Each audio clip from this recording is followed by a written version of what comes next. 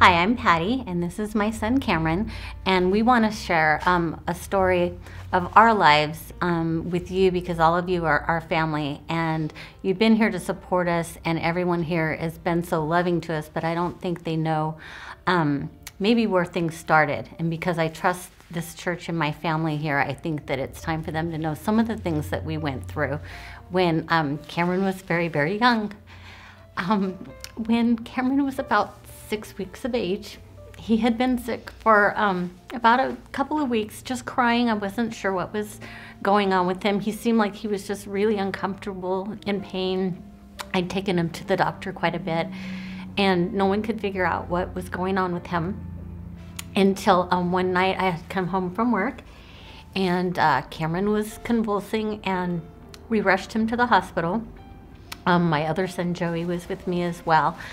We rushed him to the hospital, and within a couple of hours, I found out that Cameron's head was bleeding inside, and he was suffering a subdermal hematoma, and the doctors there were trying to convince me that somebody had done something to him. And there was only two people that were ever around Cameron, which was myself and his father.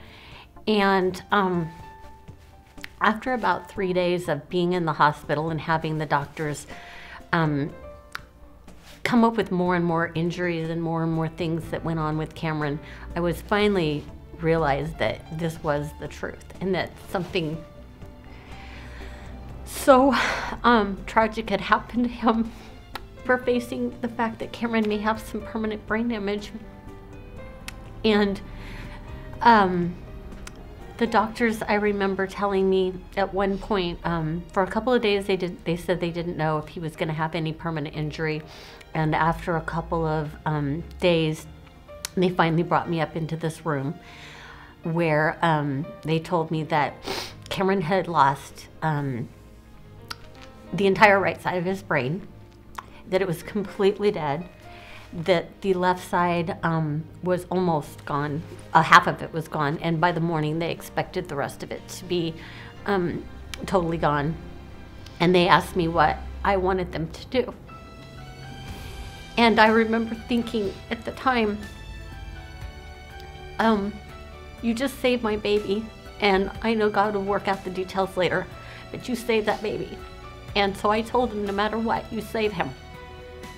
And through the next couple of days, I remember being in the hospital and just looking at Cameron, and he was laying there. He was 6 weeks old. He was 9 pounds, just laying there. And I remember feeling so devastated, so broken, so guilty that this could have happened. At one point, I remember going down to a chapel in the hospital and praying. And I remember there was this gold cross there, and I remember just sitting there. My tears were falling on this cross, and I remember praying, God, please just fix this. Save Cameron and fix this. And I knew at that moment that he was going to. And I knew that he was going to fix Cameron, and that Cameron was going to be okay. And Cameron knows when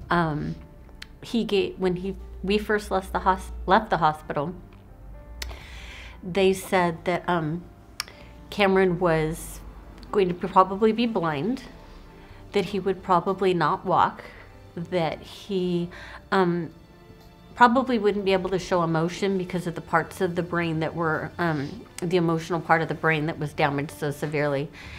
And they said that if I hoped for the best, maybe someday he would recognize me as his mother. And I remember thinking, oh God, just let him be able to laugh so that I know that he's happy. And from the moment I brought him home, from the very first ride home, we knew that he could see something because he would close his eyes at bright lights. I could see that after a couple of days having him home, I was playing with him and I saw him smile. And I knew from every single moment of every single day that God was bringing this miracle. He was there every day, and every day since then, Cameron has has continued to show me that God is there and God is there for us. And Cameron plays basketball. He walks, he talks, he laughs, he gets angry, he jokes around. He knows who I am. He knows who his pastor is. He knows who his friends are. Most of all, he knows who Jesus is. And he knows these things where he's an inspiration to me because he knows them. And he's got a big heart. Why is your heart so big? Because Jesus is in there. Yeah.